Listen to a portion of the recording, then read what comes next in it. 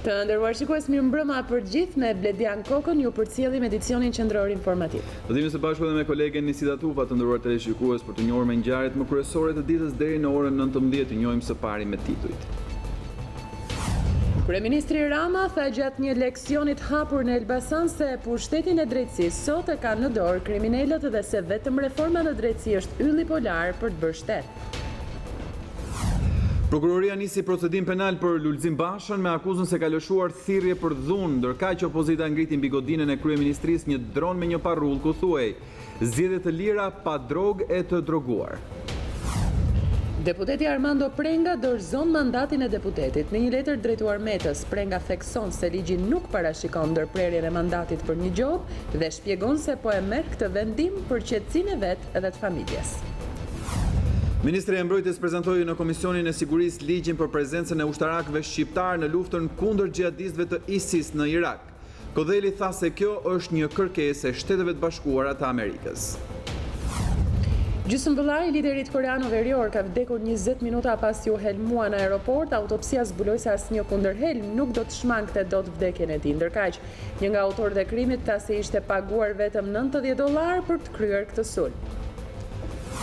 Drama Moonlight, aktorët Casey Affleck dhe Emma Stone u nderuan mbrëmë me Oscar në një ceremoni që u mbyll me kaos, shkaktuar nga gabimi në ndarjen e çmimeve. Në mbrëmje pati edhe deklarata politike dhe goditje ndaj presidentit aktual të Shteteve të Bashkuara. Le të shohim gjithsesi zhvillimet kryesore të ditës. Duke mbajtur një leksion të hapur në Elbasan, kryeministri Rama tha se pushtetin e drejtësisë sot e ka në dorë kriminalët dhe se vetëm reforma në drejtësi është ylli polar për të bërë shtet. Rama i ka bërë këto deklarata gjatë bashkëbisedimit që ka patur, ka bërë thirrje opozitës të kthehet në kuvend dhe të votojë ngritjen e institucioneve të vettingut. Edhe pse i vetëdijshëm se nuk udhtoi në Elbasan për të dhënë leksione, një të tillë për vettingun dhe drejtësinë, Edi Rama tentoi ta jepte nga Universiteti Aleksandër Xhovani. Më shumë se sa për një leksion nuk dua që ta bëj sepse këtu ka gjitha pedagog dhe pedagoge dhe jam i bindur që edhe pse unë kam qenë një ndër ta prej shumë vitesh, kam humbur aftësinë për të qenë konkurrent me ta. Për kryeministrin, reforma në drejtësi është udhërrëfyesi për shtetin ligjor. Gjykatët janë bërë si tregu i qazimit këtu, ku shkon për bler perime, shkon për bler fruta, shkohet për bler drejtësinë. Edhe të thonë mbaroi s'ka ushit. Prandaj reforma në drejtësi është reforma e reformave. Është ylli polar në rrugën tonë për të bërë shtet. Shefi Selis Roze mpreu mirëgjuhën dhe bëri akuza të forta për njerëzit e drejtësisë, pa përjashtuar prej tyre një grush gjyqtarësh e prokurorësh të ndershëm. Një mollë e kalbur kalb gjithë arkën, shportën, thot populli. Dhe ju siguroj që në sistemin tonë drejtësisë ka pa diskutim personalitete, ka pa diskutim kapacitete, por gjitha këto janë krejtësisht pafuqishme dhe madje të asfiksuara për shkak se pushtetin në sistemin e drejtësisë e kanë kriminalët. Me plot gojen. Kryeministri Rama është i mendimit se të mos votosh komisionet e vettingut do të thotë të mos duash të shkëputësh lidhjet dhe interesat e fshehta me të korruptuarit, ndaj fton opozitën të rrëzojë çdo alibi dhe të vinë në parlament vetëm për të ngritur kartonin jeshil. Çdo hije nga vetja ta votoj ngritjen e komisionit të vettingut, pastaj do të bojkotoj parlamentin, do të rri në rrugë, është e drejta e saj. Unë nuk hyj tek ata që thonë bojkoti është vërmëtaria armiqësore. Nëse opozita nuk vjen, praktikisht e bllokon procesin.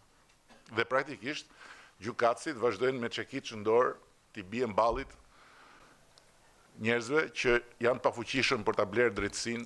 Në nisje të këtij leksioni të hapur, Rama u prit me protesta dhe pankarta nga një grup studentësh. Për studentët që goditën me vezë kryeministrin Edi Rama, Prokuroria e Tiranës kërkoi dënimin me nga 60 orë punë në interes të publikut. Studentët akuzohen për goditje për shkak të detyrës dhe kundërshtim të forcave të rendit. Sipas prokurorisë, 3 studentët, Anita Lushi, Bora Mema dhe Klodi Hoxha, hodhën vezë në drejtim të kreut qeverisë shqiptare, ndërsa 5 studentët e tjerë sipas prokurorisë për të ardhur në ndihmë miqve të tyre kundërshtuan forcat e policisë.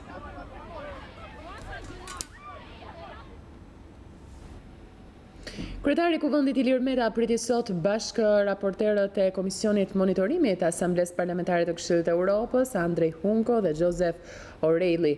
Në bisedën e zhvilluar kryeparlamentari ndau shqetësimin mbi situatën politike, duke nënvizuar se kërkon përgjegjësi nga të gjithë aktorët. Meta tha se duhet transparencë maksimale për zbatimin e besueshëm të reformës në drejtësi dhe në veçanti të ligjit të vettingut, implementimit të procesit të dekriminalizimit si edhe garantimin e standardeve më të larta bashkëkohore për mbarvajtjen e zgjedhjeve të qershorit. Por kryetarin e Kuvendit, vendi ka nevojë për një klimë konstruktive e të përgjegjshme politike që rrit kredencialet demokratike të Shqipërisë dhe për shpejton hapjen e negociatave për antarësimin në Bashkimin Evropian.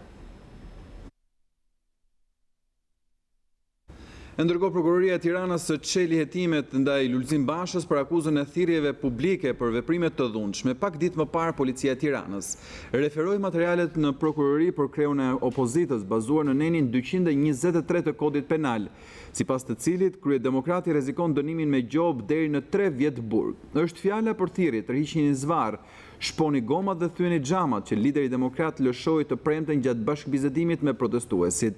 Ndërsa protesta e opozitës në Çadrën para kryeministrisë ka hyrë në ditën e 10, protestuesit kërkojnë dhe gjejnë mënyra të reja për të protestuar. Për shembull, sot ata ngritën një dron mbi kryeministrinë, në të cilën vare një parull ku thuhej zgjedhje të lira pa drogë dhe të droguar.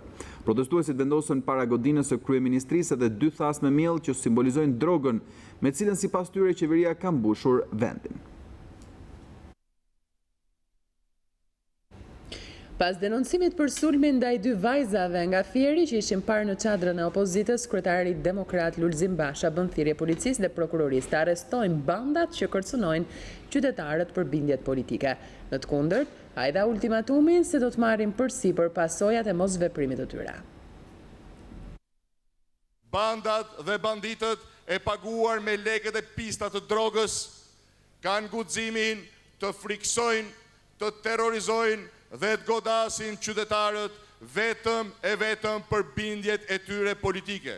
Dje, bandat e Republikës Vjetër kanë sulmuar dhe kanë agresuar 2 vajza 29 vjeçare nga Fieri. Kam një thirrje për policinë e Fierit. Keni deri në orën 12 të darkës afat për arrestimin e autorit i cili është i njohur publikisht nga ju. Arrestoni autorin ose merrni përsipër pasojat e parikuperueshme të mosveprimit tuaj. Kanë shpikur vettingun. A ka njeri që e beson se Edi Rama, që kriminalizoi deri në palc Parlamentin e Shqipërisë, që emroi banditët kryetar bashkish, është interesuar për gjyqtar dhe prokuror të ndershëm? A ka njeri që beson se ministri i tij i brendshëm që u demaskua publikisht nga oficerët e policisë dëshiron të ketë prokuror dhe gjyqtar të ndershëm, apo don të ketë prokuror si prokuroria e Fierit që mbylli dosjen e abileve? A ka njëri që beson që Erion Velia që çdo 2 net drekon e darkon me prokuror për të mbyllur dosjen e Ardit Gjoklajt? Po, do të ketë vetting. Vettingu do të kalojë 1 ditë pas largimit të kryeministrit të bandave dhe një qeverie teknike që garanton zgjedhje të lira dhe të ndershme. Mirë, ne tani do të shkojmë drejt për drejt me pamjet live te kryeministria, sheshi pra përpara kryeministrisë, ashtu sikurse jemi mësuar ta shohim murin e kryeministrisë përgjatë festave me mesazhe që dërgojnë qytetarët për t'i lexuar e për t'i parë aty. Tani janë vendosur slogane me premtimet e pambajtura të zotit Rama sipas protestuesve, sipas qytetarëve që protestojnë, edhe kështë ngrihemi bashkë, një hashtag i cili është vendosur tek muri i kryeministrisë, po kështu është vendosur edhe numri ku mund dërgohen mesazhe të tilla me slogane të tillë për të vendosur pakënaqësitë ndaj kësaj qeverie. Ja ti keni disa shembuj mesazhesh, siç është rilindja Ngordhi, I lexoni në një video projektor i cili pasqyron këto mesazhe tek muri i kryeministrisë. Në mbledhjen e grupit parlamentar të Partisë Socialiste, kryetari i grupit Gramoz Ruçi u ka tërhequr vëmendjen deputetëve për të mos munguar në seancat parlamentare për shkak edhe të bojkotit të opozitës. Mos mungoni të njëjtën. Seancën e kaluar munguan 8 deputetë dhe votat i bë me vështirësi duke rrezikuar votimin. Mos largohet askush jashtë vendit këtë periudhë bojkoti, as për takime personale dhe as për udhëtime pune. Nuk prishën takimet jashtë shtetit pse nuk shkoni ju. Kishte deputet në sallë që se kishin mendin as për të shtypur butonin, mësoi të ketë thënë Ruçi. Gjatë mbledhjes edhe disa deputet kanë shprehur shqetësime të ndryshme në lidhje me zonat e tyre elektorale. Deputeti Armando Prenga dorëzon mandatin e deputetit. Në një letër drejtuar Metës, Prenga thekson se ligji nuk parashikon ndërprerjen e mandatit për një gjob dhe shpjegon se po e merr këtë vendim për qetësinë e vet dhe të familjes. Me dorëheqjen e Prengës, raportet brenda koalicionit majt në parlament do të ndryshojnë. Dorëhiqet Armando Prenga. Përmes një letre në adresë të kryetarit të Kuvendit Ilir Meta, deputeti që edhe pse u përjashtua nga grupi parlamentar socialist, shprehet se e çdor nga mandati deputetit të Partisë Socialiste në qarkun e Lezhës. Duke i vënë në dukje kryetarit të Kuvendit pretendimin e tij se ligji për dekriminalizimin nuk e prek atë për shkak vetëm të një dënimi me gjob, Prenga i cilëson akuzat në adresë të tij shpifje. Ligji për garantimin e integritetit të personave që zgjidhen, emërohen ose ushtrojnë funksione publike. Në asnjë dispozitë të tij nuk parashikon ndërprerje të mandatit të zgjedhurve, por një dënim me gjob, siç është rasti im. Për qetësinë time dhe të familjes time, deklaroj se ish dorë sot dhe gjithmonë nga mandati që zgjedhësit e mi dhe kushtetuta më kanë ngarkuar. Së fundmi i konsideroj të padrejta dhe shpife të ulta akuzat politike të opozitës dhe personave të autorizuar prej tyre. Përfundon letrën e tij Armando Prenga. Letra e dorëheqjes vjen pas si prej ditësh KQZ dhe Prokuroria e Përgjithshme kishin nisur një konflikt në distancë për mandatin e Prengës, që kishte fshehur nga formulari i dekriminalizimit, një dënim me gjob dhe një dënim për vjedhje banesash në Milano, por me dorëheqjen e Prengës, loja me numrat në koalicionin e majt ndryshon balancat. PS-t kurret ndërsa LSI shton kartonat, duke fituar terren në koalicion. KQZ pritet të plotësoj vakancën e krijuar, por Partia Socialiste në listën e saj për Lezhën ka Kastriot Pirolin, zyrtar që ka probleme me drejtësinë, dhe që me shumë gjasa nuk do të jetë i mirëpritur nga Rama, që do detyrohet t'ia kalojë atë Ilir Metës. Në listën e LSI-s, i dyti në radhë pas Monika Kryemadhit në Lezhë është Petrit Gjoni, por nëse do të respektohet barazia gjinore, në lojë do të hyjnë zonjat Erisi Zajmi dhe Prenda Sejdia. Dorëheqja e deputetit Armando Prenga ka bërë nul edhe shqyrtimin e çështjes së tij në Komisionin Qendror të Zgjedhjeve. Avokati i Prengës pohoi se edhe nëse akuza për një gjob të padeklaruar provohej, ai tashmë quhet i reabilituar. Sipas avokatit, Prengën nuk e pengon asgjë që të rikandidojë në zgjedhjet e qershorit. Deputeti Armando Prenga dha dorëheqjen nga mandati i tij deputetit dhe KQZ nuk mund të merrte vendimarrje pasi nuk ekzistonte më çështja. Por a do të jetë sërish pjesë e listave zgjedhore dhe pjesë e angazhimit politik ai pas dorëheqjes? Nëse e marrim pra gjobën, që nuk e parashikon fare ligji, është rehabilituar që në vitin 2007 dhe nuk ka asnjë pengesë, jo vetëm që të ndërpritet mandati, po ka të gjitha rrugët e hapura që ai mund të kandidojë përsëri në zgjedhjet e ardhshme. Prokuroria ngeli vetëm në stadin e një vendimi gjobe që nuk është objekt shqyrtimi dhe ndërprerje mandati dhe as për kandidimin. Megjithatë, ajo është çështje e zotit Prenga dhe mban qëndrimin e vet, nëse do të jetë pjesë e angazhimit apo jo. Përplasja mes prokurorisë dhe KQZ-s për Armando Prengën vijoi edhe sot. Megjithëse nuk pati vendimarrje për mungesë të objektit, dokumentacioni që prisni nga prokuroria u cilësua i cekët.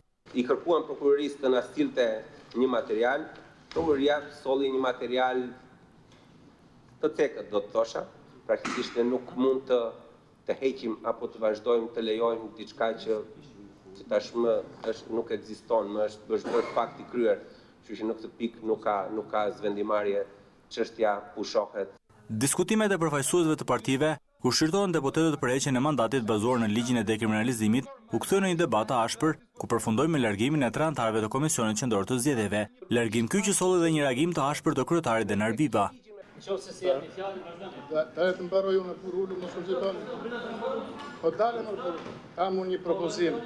3 kolegët e mi u larguan dhe është presion i pastër por kur ke ligjin me vete, asnjë gjë nuk duhet të trembi. Absolutisht asnjë gjë nuk duhet të trembi. Nëse ke ligjin me vete, nëse këtu ne jemi shërbëtor të ligjit dhe jo të partive politike, asnjë gjë nuk duhet na trembi. Kush nuk ka këll që t'i qëndroj ligjit, le të largohet nga kjo sallë. Gjykata kushtetuese shqyrton nesër kërkesën e kryetarit të shkarkuar të Bashkisë së Kavajës Elvis Roshi. Ky fundit është drejtuar me kërkesë gjykatës për shfuqizimin e vendimit të Këshillit të Ministrave për shkarkimin nga detyra si kryetari i Bashkisë Kavaj. Roshi ka kërkuar në kushtetuese edhe shfuqizimin e vendimit të Komisionit Qendror të Zgjedhjeve që i ndërpreu mandatin si kryetar bashkie pas shqyrtimit të rezultatit të verifikimit të prokurorisë së përgjithshme për funksionarin publik. Prokuroria e përgjithshme nisi vitin e kaluar hetimin për Roshin në ndyshimin e veprës penale të falsifikimit të dokumentave të vetdeklarimit. Sipas prokurorisë, Roshi në formularin e vetdeklarimit nuk paraqiti dënimin e marrë në Itali në vitin 1995 për 2 vepra penale, atë të përdhunimit dhe rrahjes. Kërkesa e fundit e Roshit ka të bëjë me shqyrtimin e kushtetueshmërisë së të gjithë ligjit për garantimin e integritetit të personave që zgjidhen, emërohen ose ushtrojnë funksione publike. Avokati mbrojtës i Roshit, Teodori Sollaku, është shprehur se vendimi i Këshillit të Ministrave bie ndesh me parimet e Konventës Europiane të Drejtave të Njeriut dhe veçanërisht me Kushtetutën shqiptare. Sipas tij, sanksionet që parashikon ligji për dekriminalizimin janë penale dhe si të tilla nuk mund të kenë kurrësi fuqi prapavepruese. Ministri i Drejtësisë Petrit Vasili tha se shqetësimet për ONM të ngritura prej tij në letrën drejtuar ambasadorëve duhet të marrin zgjidhje institucionale. Në letrën drejtuar Lu dhe Vlahutin, Vasili e cilsoi antikushtetues rolin e sekretarit përgjithshëm të Këshillit të Ministrave në këtë proces, pasi ai nuk mund të urdhërojë emërimin e vëzhguesve ndërkombëtar. Për Ministrin e Drejtësisë Petrit Vasili, shqetësimet e ngritura prej tij në letra dërguar ambasadorëve Donald Lu e Romana Vlahutin për bordin e operacionit ndërkombëtar të monitorimit, duhet të marrin patjetër zgjidhje institucionale dhe kushtetuese. Edhe pse vazhdon të këmbgul në problematikat që lidhen me procesin e vettingut, Vasili është evaziv në përgjigjen për zgjidhjen që duhet të marrin shqetësimet që ekzistojnë. Ministri i Drejtësisë në asnjë moment nuk përmend faktin nëse do t'i drejtohet gjykatës kushtetuese, por lë të kuptohet se zgjidhja përfundimtare për këto shqetësime mund të jetë pikërisht ky institucion. Kam ngritur disa çështje, të cilat besoj që janë plotësisht të drejtshme, të cilat e fusin procesin në një hullinë e domosdoshme të qartësisë edhe të kushtetuesës, të cilat vendosin shumë qartë rregullat e komunikimit ndërmjet institucionit të ONM-s dhe komunikimet edhe me institucionet shqiptare për të kryer në mënyrë sa më të mirë dhe më transparente, dhe sigurisht letra i bie këto në vëmendje, pastaj se çfarë do të jenë reflektimet, nuk janë reflektime që vinë nga unë kam detyrimin që t'i bëj të qarta. Në një letër të gjatë dërguar ambasadorëve të SBA-s e BE-s, Ministri Vasili veç të tjera që konsideron si antikushtetues rolin e sekretarit të përgjithshëm të Këshillit të Ministrave. Sipas Vasilit, ai nuk mund të urdhërojë emërimin e vëzhguesve ndërkombëtar. Ndërporosit e lëna nga Fondi Monetar Ndërkombëtar pas përfundimit të marrëveshjes me qeverinë është zbatimi i reformës në drejtësi. Ministri i Financave Ahmetaj tha se me gjithë progresin e shënuar, klima e tensionuar politike dëmton imazhin ekonomik të vendit. 2 ditë pasi bordi i Fondit Monetar Ndërkombëtar miratoi në Washington mbylljen e marrëveshjes 3 vjeçare me Shqipërinë, Ministri i Financave Arben Ahmetaj e konsideroi atë një marrëveshje të suksesshme për vendin. Mbyllja me sukses e marrëveshjes me Fondin Monetar Ndërkombëtar konfirmon të gjithë suksesin e reformave të 3 vite gjysmë të qeverisë Ramani dhe sigurisht edhe pronësinë e fortë që qeveria shqiptare mori mbi programin, mbi reformat që ditën 1 të qartë që kjo ishte rruga dhe drejtimi i duhur. Një ndër porositë e lëna nga fondi është zbatimi i reformës në drejtësi. Ahmetaj tha se me gjithë progresin e shënuar, klima e tensionuar politike dëmton imazhin ekonomik të vendit. Me reformën në drejtësi besojmë që janë të lidhura të gjitha reformat e tjera dhe fillimi i vettingut do të ishte një sinjal shumë i rëndësishëm. Artificialiteti i tensionit politik është në funksion të dëmtimit të imazhit të vendit, të ekonomisë së vendit dhe të reformave, sigurisht. Çdo lloj tensioni politik është në dëm të imazhit të vendit, në dëm të ekonomisë së vendit, por besoj gjithashtu tek maturia e qytetarëve, ashtu siç po e tregojnë, dhe tek vendosmëria e qeverisë dhe aleancës për të vazhduar reformat.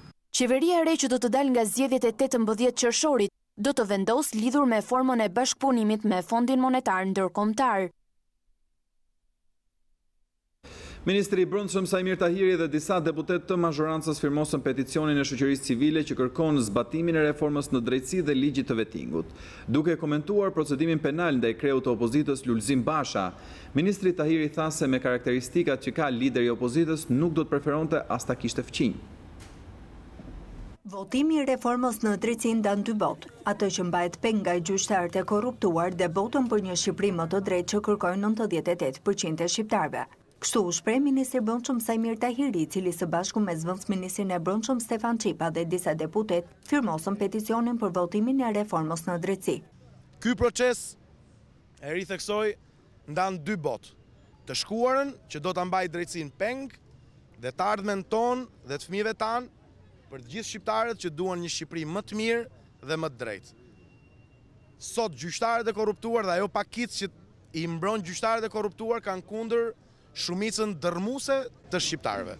Lidhur me procedimin penal nisur ndaj kreut të opozitës për shkak të gjuhës së tij të ashpër, ministri tha se institucionet kanë bërë detyrën, dhe se për karakteristikat që lideri i opozitës ka, nuk do të preferonte as ta kishte fqinj. Institucionet bëjnë detyrën.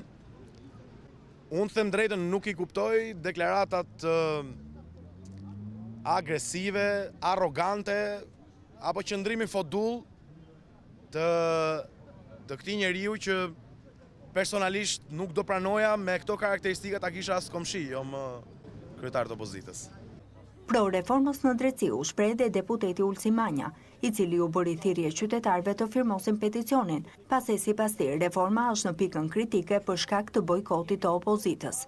Nga ana tjetër edhe qytetarët u shprehën pro reformës në drejtësi, pasi sipas tyre në këtë mënyrë sistemi do të spastrohet nga të korruptuarit dhe vendi do të integrohet më lehtë në Bashkimin Evropian.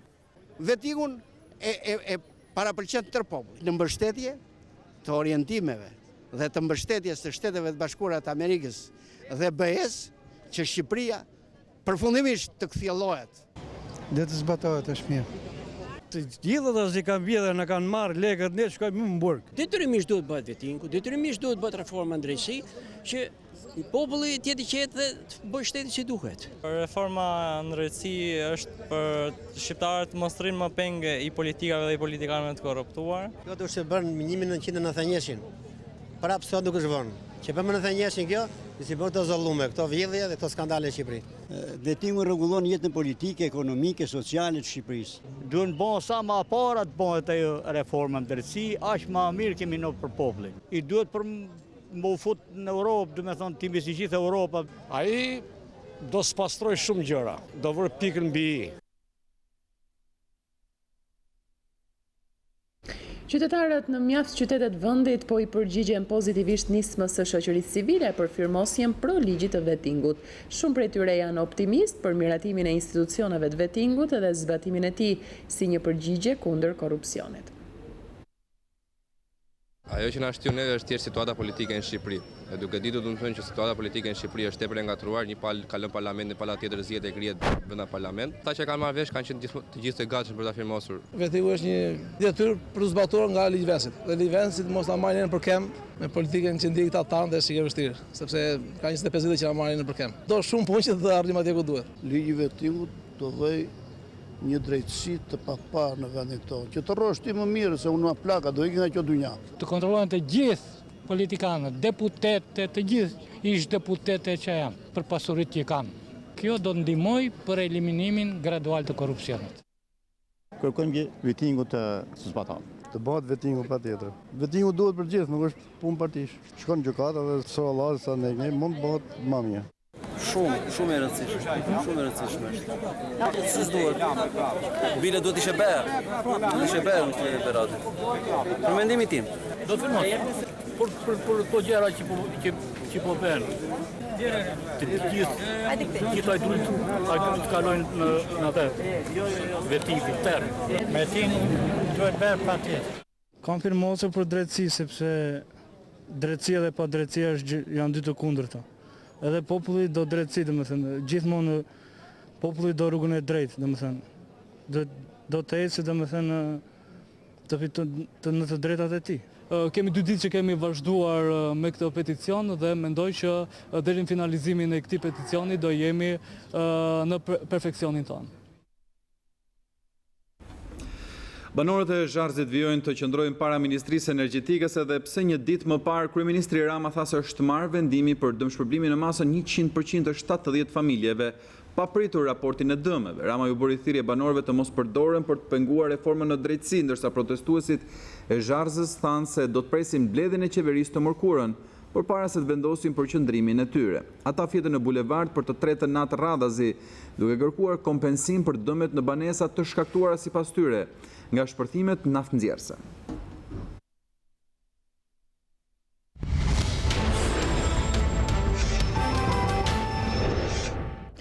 Forcat e armatosura shqiptare rikthehen në Irak pas 9 vitesh, por këtë herë si pjesë e misionit kundër ISIS për krah aleatëve të koalicionit antiterrorizëm. Ministria e Mbrojtjes Kodheli bëri me dije se prezenca e ushtarakëve shqiptar në këtë front u kërkua nga Shtetet e Bashkuara të Amerikës. Shqipëria ka ndërmarrë hapa konkret në angazhimin e forcave të armatosura në frontin e betejës kundër ISIS në Irak. Ministria e Mbrojtjes Mimi Kodheli tha në Komisionin Parlamentar të Sigurisë se po hartohet një draft i ri ku trupat ushtarak shqiptar do të jenë pjesë e koalicionit vullnetar për krah aleatëve dhe partnerëve në front kundër xhihadistëve në Bagdad dhe në disa qytete të tjera. Kodheli nuk e bëri të ditur numrin e trupave që do të dërgohen në këtë mision, por tha se përfshirja e ushtarakëve shqiptar në Irak vjen si kërkesë e Shteteve të Bashkuara të Amerikës. Për një ligj që do të vijë shumë shpejt në tryezën tuaj dhe që ka të bëjë me prezencën e ushtarakëve tanë në koalicionin global në luftën kundër ISIS-it ose Daeshit. Flasim për një koalicion vullnetar. Besoj që shumë shpejt sapo ne të marrim një klerancën diplomatike nga qeveria e Irakut, do të sjellim tek ju këtë ligj i cili do të na mundsoj prezencën tonë të kërkuar nga partneri ynë strategjik Shtetet e Bashkuara të Amerikës. Misioni në Irak nuk është i vetmi mision i ri i forcave tona të armatosura. Pasi një grup ushtarakë shqiptar pritet i bashkangjiten grup batalionit të udhëhiqur nga Kanadaja në Letoni në task forcën e përbashkët të reagimit shumë të shpejtë të NATO-s në vitin 2018. Armatimi për të mbështetur kapacitetet operacionale të këtyre misioneve do të sigurohet nga Italia. Plotëson të gjithë kërkesën, të gjithë nevojën e forcave të armatosura me armatim të standardeve NATO. E pyetur nga kreu i Komisionit të Sigurisë, Spartak Braun, në lidhje me deklaratat e ministrit grek të mbrojtjes në kufirin shqiptaro-grek, ministri është përgjigjur se situata e krijuar nuk e ka penguar Shqipërinë të jetë pjesë e misionit në detin e Gjep për të mbrojtur brigjet e aleatëve tanë grek. Pati ca veprime të nxituara, jo të mirë menduara, një lloj nevriklëku në deklarimet e ministrit të mbrojtjes grek. Ju debatuat me të. Si është situata tashti? Bile ata afruan edhe trupa në kufi, po mu duken më tepër si lodra se sa si veprime të mirëfillta ushtarake. Megjithatë ju e dini më mirë. Dëgjohen deklarata apo dilet në publik i veshur në një mënyrë kur duhet vishesh në një mënyrë tjetër, nuk e ka penguar Shqipërinë që të jetë pjesë e një misioni që ruan brigjet e aleatëve tanë turq dhe grek në detin e Gje. Pra, ajo që ne eksportojmë, dhe kjo është shumë e rëndësishme, është prezenca në misione që flasin për më shumë siguri të kufive të tyre.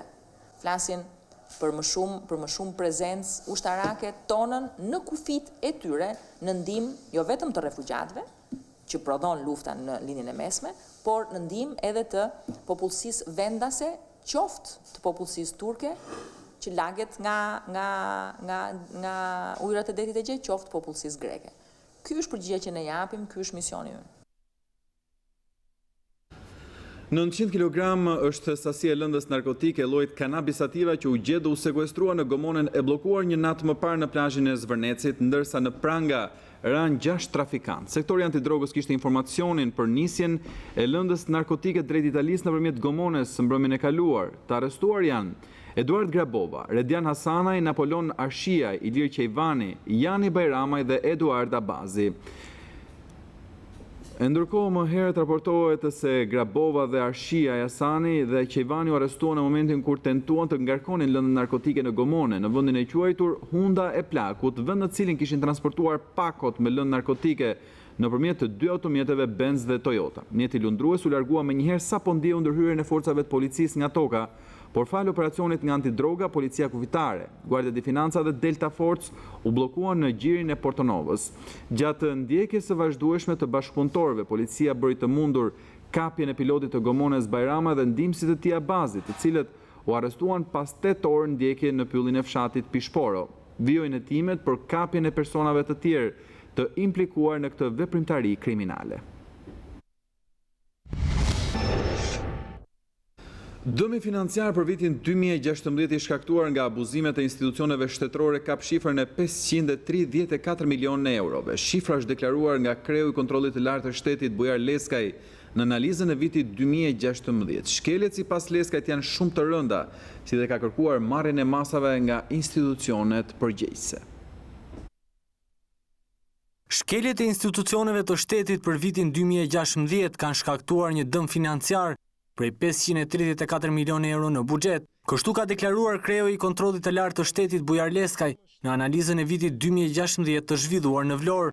Sipas Leskajt, auditimet kanë konstatuar shkelje shumë të rënda, të cilat duhet vënë në lëvizje qeverinë dhe institucionet e tjera përgjegjëse.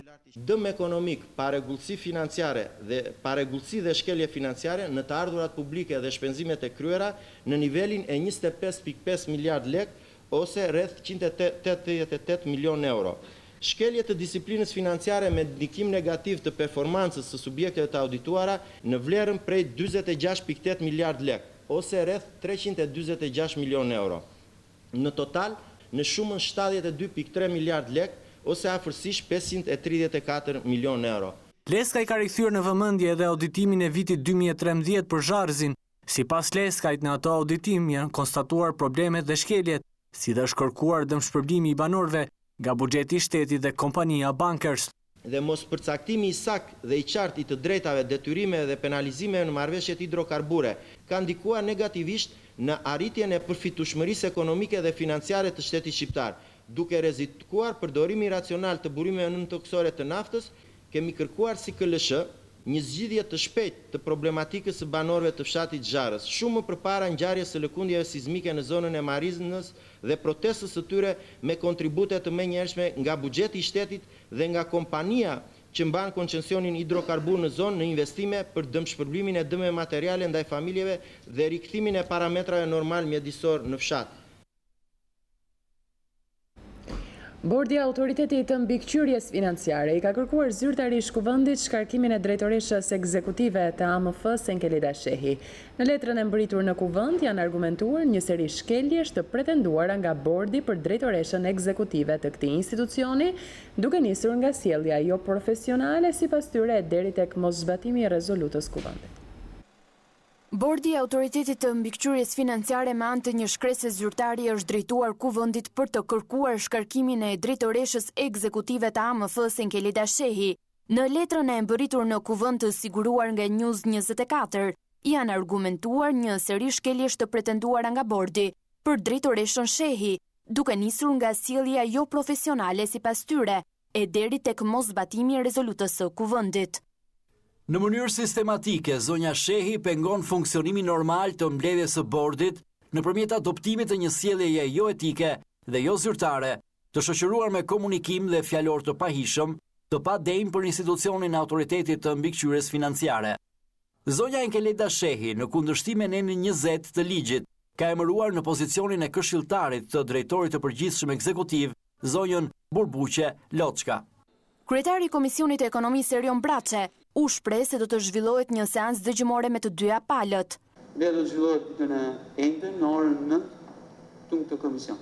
Relatori i komisionit lidhur me këtë vendim është zoti Ervin Bushati.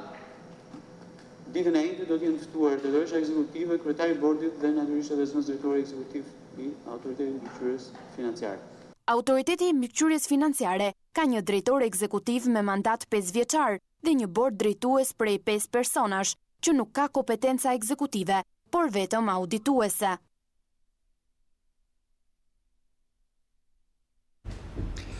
Ministri i Bujqësisë Edmond Panariti garantoi cilësinë e miellit serb që hyn në vendin tonë. Ministri tha se analizat kanë vërtetuar se mielli është sipas të gjitha standardeve europiane. Ministri i Bujqësisë Edmond Panariti qetëson konsumatorët se mielli serb që po hyn në vendin tonë është brenda të gjitha standardeve. Reagimi i ministrit vjen gjatë analizës vjetore të Autoritetit Kombëtar të Ushqimit që u mbajt në Korçë, ku Panariti u shpreh se analizat kanë vërtetuar cilësinë e këtij mielli, pasi sipas tij, siguria ushqimore duhet të jetë çështje sigurisë kombëtare. Janë standarde europiane, të cilët përcaktojnë dhe përqindjen minimale të proteinës, kryesisht të glutenit në produktet e drithërave dhe posaçërisht të miellit dhe njëkohësisht nivelet maksimale të lejuara të ndotësve, pra nivele të cilët i referohen kryesisht standardeve europiane. Instituti i Sigurisë Ushqimore dhe Veterinarisë nëpërmjet pikave të hyrjes merr në mënyrë periodike mostrat të miellit dhe i analizon për kriteret e cilësisë dhe të sigurisë. Duke komentuar çmimin e miellit serb rreth 20% më lirë, ministri pranoi se qeveria nuk subvencionon prodhuesit në vendin tonë, për shkak të sipërfaqeve të vogla që zë kjo kulturë buqësore. Shqipëria do të vazhdojë të mbetet edhe në të ardhmen importuese e miellit, për arsye sepse Shqipëria nuk ka avantazhe konkurruese me fqinjet për sa i përket prodhimit të drithave. Dhe ky është një fakt i njohur. Në hartën e realizimit të produkteve bujqësore, ne nuk e kemi përcaktuar drithrat apo në përgjithësi produktet nga të cilat derivon mielli, si avantazhe konkurruese dhe krahasuese. Ne kemi të tjerë avantazhe. Ndërsa foli për protestën e opozitës, ministri Panariti u shpreh se respekton atë, por e cilëson të papranueshme kërkesën për qeveri teknike. Panariti apeloi që personat të cilët janë pjesë e vettingut t'i nënshtrohen këtij procesi. Në një takim për nxitjen e punësimit personave me aftësi të kufizuar, ministri Blendi Klosi shtroi edhe shqetësimin për mungesën e infrastrukturës për këtë kategori jo vetëm nga bizneset private, por edhe ato shtetërore, ndërsa drejtues të bizneseve në këtë takim ofruan punë për personat me aftësi të kufizuar. Ministria e Mirëqenies Sociale dhe Rinisë organizoi aktivitetin për nxitjen e punësimit të personave me aftësi të kufizuar, ku merrnin pjesë sipërmarrës drejtues të kompanive të ndryshme dhe punëkërkues nga kjo kategori.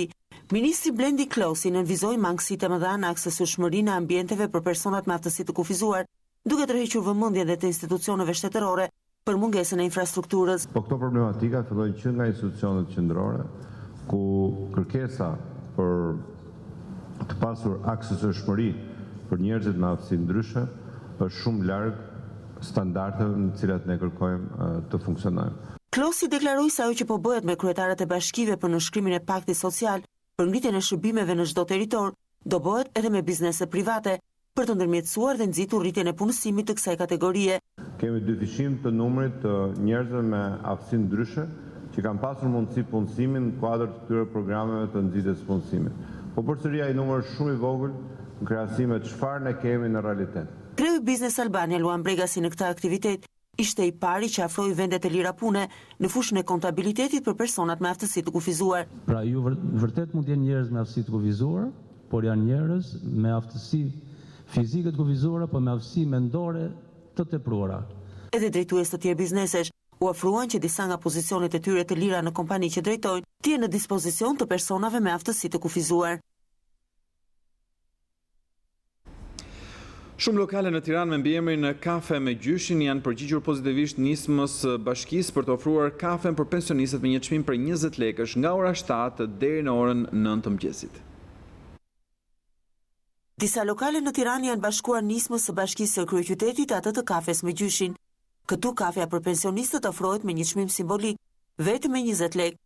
Kryebashkiaku Erion Velia i nisi mëngjesin në kafe me një pensionist i quajtur Selim, ku shpreh se nga kjo nismë do përfitojnë gjithë pensionistët në Tiranë. Është një iniciativë fakt që e ka filluar Edi Rama, ka qenë kryetar bashkie, u lan harres 4 vjet, sot e rikthejmë prap. Edhe është një rrjet kafenesh në të gjithë Tiranën që nga ora 7 deri në orën 9 të mëngjesit do ta shërbej kafen me 20 lekë për të ndihmuar të gjithë ata që janë pensionistë. Mjafton që dikush tregoj librezën e pensionit dhe gjithë rrjeti i kafeve ku është vendosur tabela kafe me gjyshin do të jetë një vend ku mund të konsumohet kafeja 20 lekë, ku mund të konsumohet shtypi i ditës, edhe sigurisht bisedat e para të ditës me secilin. Kafe që do t'i bashkojnë kësaj nisme do kenë mbishkrimin kafe me gjyshin.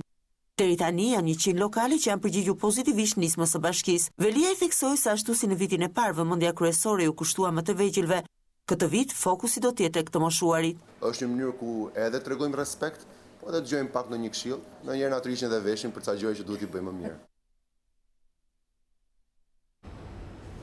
Mi ka qenë gjithçka edhe për këtë edicion informativ të nderuar teleshikues. Për më gjërë ju mund të klikoni në balkanu.com, website-u në internet për të njohur me zhvillimet hapasapi, ku mund të lexoni online gazetën shqiptare, të dëgjoni radio, në rasht mund të na ndiqni edhe në live stream.